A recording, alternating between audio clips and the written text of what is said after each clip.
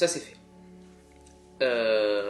Donc je sais pas si vous avez vu la vidéo précédente, celle qui est sortie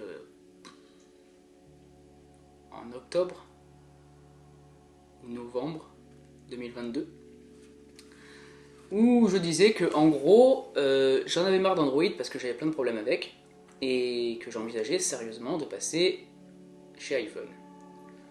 Et c'est fait. Alors, je vais pas faire de vidéo déballage ou quoi que ce soit, parce que j'ai déjà déballé. Hein. Clairement, j'ai pas attendu. Et en plus, comme il est sorti il y a presque un an, et que là, c'est bientôt la sortie du 15, je pense que tout le monde a déjà dit tout ce qu'il y avait à dire dessus. Donc, je vais simplement vous parler de ma propre expérience. Pourquoi j'ai changé? Est-ce que je considère que c'était un bon choix? Est-ce que je considère que c'était une connerie? Voilà. Allez, on y va? Alors, personnellement, je trouve qu'il est beau. C'est con, hein, mais un bel appareil. Y en a qui l'ont dit avant, bien avant moi d'ailleurs, qu'avoir un beau produit et un beau design, ça rend déjà beaucoup plus joyeux au quotidien. Alors, je sais pas si ça rend sincèrement joyeux, mais je sais que moi, à titre personnel, avoir un appareil qui me plaît et que j'apprécie d'avoir dans mon environnement, de le poser à un endroit, de le voir, de me dire waouh, il est quand même joli, de l'admirer, tout ça, vu le prix du machin, ça a une importance pour moi. Ça c'est fait. Est-ce que c'est pertinent pour l'acheter? Non. Alors pourquoi je l'ai acheté? Alors comme je disais l'année dernière, mon principal problème c'est que Android, déjà je passais mon temps à les changer, je les changeais une fois tous les 6, 8, 10 mois, parce que soit ils perdaient en performance, soit ils perdaient en batterie, soit ils avaient d'autres problèmes, mais il y avait un problème qui était récurrent, que j'avais sur tous les smartphones à chaque fois, c'était Android Auto. Android Auto, je passe pas des milliers d'heures dans la voiture, mais j'aime bien que ce soit confortable une voiture. Déjà, être dans les bouchons c'est chiant, conduire en soi, c'est pas une activité très passionnante pour moi au quotidien, j'ai l'impression que c'est plus une perte de temps qu'autre chose. Alors si en plus de ça, au moment de démarrer, je dois me faire chier à faire en sorte de reparamétrer ma voiture pour que le téléphone soit reconnu et qu'Android Auto se lance, ça devient vite un enfer. J'avais testé avec un iPhone 6, je sais que ma voiture peut utiliser Android Auto comme Apple CarPlay, et avec l'iPhone 6, qui n'a jamais été mis à jour, qui n'est d'ailleurs plus maintenu, ça fonctionnait. Donc je me suis dit, déjà je prends pas de risque, parce que au moins je sais qu'avec iPhone, de cette époque-là déjà, ça fonctionne. J'ai testé plusieurs Android, avant que certains viennent me voir en me disant « Ouais, mais c'est quand même un scandale, t'as pas testé les Pixels ?» Si, j'ai testé les Pixels, j'ai testé les Samsung, j'ai testé les OnePlus, j'ai testé tout un tas de smartphones chinois, moins chinois, plus chinois, peu importe, de tous les pays, avec évidemment la provenance de Chine principalement, ça marchait pas. Ou ça marchait mal, ou c'était contraignant, ou c'était lent, ou ça buguait, ou ça redémarrait. Donc au bout d'un moment j'en ai eu marre. De là à dire que j'ai changé juste pour Android Auto, c'est aussi difficile à dire. Donc c'est pas le cas. Alors, une autre raison pour laquelle j'ai changé et que je suis passé, c'est aussi le confort. En gros, je pense que vous l'avez déjà vu, j'ai le MacBook Pro. Plus récemment, là, j'ai acquis un MacBook Air. J'ai un iPad Pro. Il était évident de passer sur l'écosystème complet. Android est compatible, mais bon, honnêtement, quand on est sur un environnement, j'ai déjà un Windows, j'allais pas en plus m'encombrer d'un Android, sachant que c'était le seul appareil Android que j'avais. Windows, à titre personnel, je m'en sers que pour les jeux, donc j'ai pas besoin d'écosystème Windows. Et j'avais vraiment envie de tester iPhone parce que on me parlait depuis des années de l'écosystème comme quoi il était incroyable. C'est vrai qu'il est top.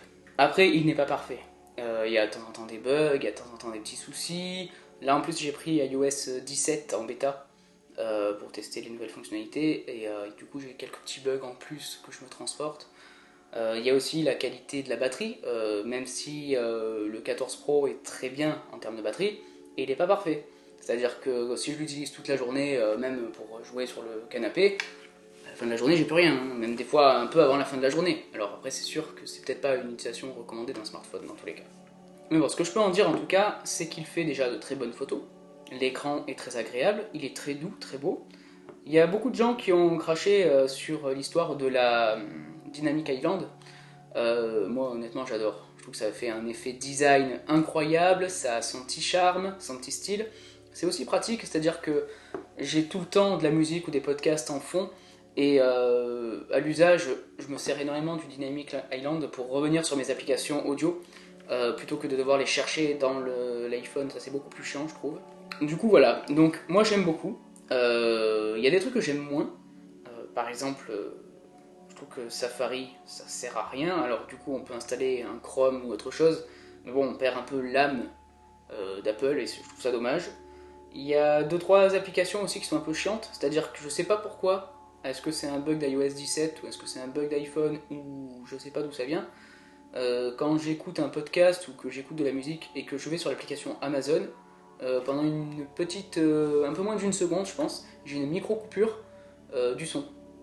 Alors, on peut se dire comme ça, oh, ça va, tu chipotes. Ouais, ok, ouais, je chipote, mais sur un appareil à 1500 balles, ça fait chier quand même. Un truc qui me rend fou, bon là c'est un exemple, mais c'est ça. Quand vous êtes en navigation, le seul moyen de revenir sur votre page précédente, c'est d'appuyer sur l'espèce de petit bouton qui se cache là-haut. Alors, en soi, ça fonctionne. Mais pourquoi vous avez mis un petit bouton comme ça? C'est nul, c'est moche, c'est... Quand on clique dessus, ça fonctionne, mais... C'est pas ergonomique. On me dira, je sais pas comment j'aurais fait, hein. En tant que développeur, je sais pas où est-ce que j'aurais foutu un bouton pour revenir sur une autre application. Là, ça fonctionne. Mais moi qui viens d'Android, et qui ai l'habitude de cliquer sur ma petite flèche, oui, parce que moi j'ai gardé mes boutons quand même en bas sur Android, qui clique sur une petite flèche pour revenir en arrière, je trouve ça vachement plus pratique. Là, c'est pas de design en fait. C'est pas que ça fonctionne pas, ça fonctionne. C'est l'essentiel d'ailleurs, hein, c'est que ça marche, c'est que les gens sachent où cliquer, c'est l'essentiel. Mais c'est pas intuitif, et c'est pas beau. Ça fait pas Apple. Apple, c'est toujours censé être le plus simple, le plus beau, le plus machin, le plus ceci, le plus tout ce que tu veux. Et tu as cette espèce de petit bouton Gmail ou le nom de ta application avec une petite flèche cachée dans un coin en mode bah ça on savait pas où le mettre, on l'a mis là parce qu'au moins c'est pertinent pour les gens, mais on sait pas quoi faire, donc on le laisse là comme ça. Et puis de ce que je sais, c'est que c'est récent parce que sur mon iPhone 6 c'était déjà comme ça. Donc ça fait un paquet d'années que ce petit bouton, je me demande même si c'est pas depuis le début. Alors ça fonctionne, mais c'est peut-être le moment pour essayer de trouver une solution, je sais pas. Peut-être c'est moi qui comprends rien, c'est peut-être moi qui suis juste débile et je sais pas m'en servir, ça marche aussi, y a pas de problème.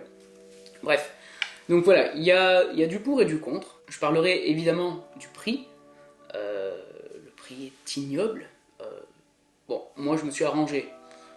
J'ai pris Next Mobile. Next Mobile, j'en parlerai peut-être dans une prochaine vidéo. En gros, ça me permet de louer mon smartphone. Donc, comme je suis en société, c'est la location de ma société, puisque c'est mon smartphone de travail. Moi, j'ai un Android à titre perso.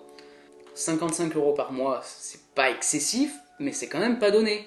Vous me direz, le prix de base, c'est 1200 ou 1300 balles, je crois, ou 1500, je sais plus. J'ai pris la version 256 Go, donc c'est peut-être 1500.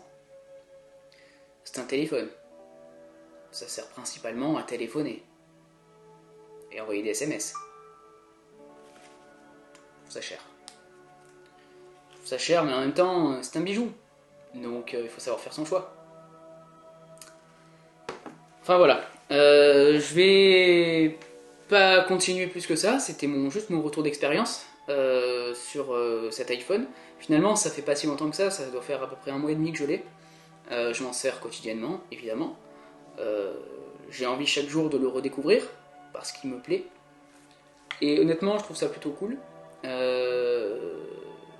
J'ai quand même hâte la sortie du 15 parce que j'avoue quand même une chose. Lightning, ça fonctionne. C'est comme le petit bouton de tout à l'heure. Hein. Le Lightning, c'est chiant.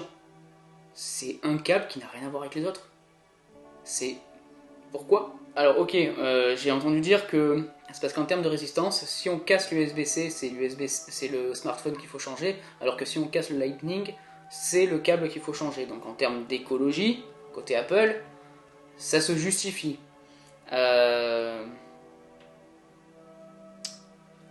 Mais ça reste propriétaire. Et ça reste chiant. Parce que du coup, en fait, quand je pars maintenant, c'est bien, j'ai mon MacBook Air ou Pro, je peux le charger en USB-C, et j'ai mon Lightning pour ça. Alors, moi j'ai une alternative, j'ai pris une coque avec MagSafe derrière, je sais pas si vous allez voir, peut-être qu'on voit pas, mais en gros il y a un cercle derrière qui fait que je peux le recharger sans fil. Donc ça c'est cool, ça c'est l'un des gros avantages, hein. J'ai pas eu ça chez quelqu'un d'autre, hein. Aussi efficace, aussi bien fait, j'ai pas eu. Donc ça c'est cool. Mais ça oblige d'avoir un adaptateur quand même. C'est-à-dire que même si je veux avoir le MagSafe, il se recharge quand même avec un chargeur. Donc même si je veux me balader tout le temps avec mon chargeur MagSafe, il me faut quand même l'adaptateur pour l'USB-C. Donc c'est relou. Donc vivement la sortie du 15, j'espère que le 15 sera pas à un prix indécent, genre 2000 balles, parce qu'ils ont mis du type C, ça ce serait bien con. J'espère qu'il me conviendra, que financièrement ce sera pas non plus abusé, et qu'il faudra pas 6 mois pour l'obtenir parce qu'il y a trop de commandes, ça ce serait bien. J'espère également que le MagSafe sera toujours le même, qu'ils auront respecté à garder leurs propres normes, ça ce serait bien con sinon. Et bien moi de mon côté, je vais boire mon café, qui doit être maintenant froid.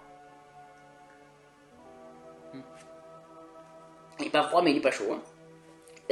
Bref. Si vous aimez ce genre de vidéo, un petit peu en mode retour d'expérience, en mode on discute entre nous, quoi que ce soit, sans être trop prise de tête à montrer des tas de choses ou quoi que ce soit, moi je suis ok pour continuer d'en faire, d'autant que j'ai d'autres produits dont j'ai envie de vous parler, et même peut-être autre chose. On peut faire ça en mode on parle autour de la table, sauf que je suis tout seul, mais bon, vous comprenez le concept. Et si vous avez quoi que ce soit, n'hésitez pas à utiliser la section des commentaires pour qu'on en discute.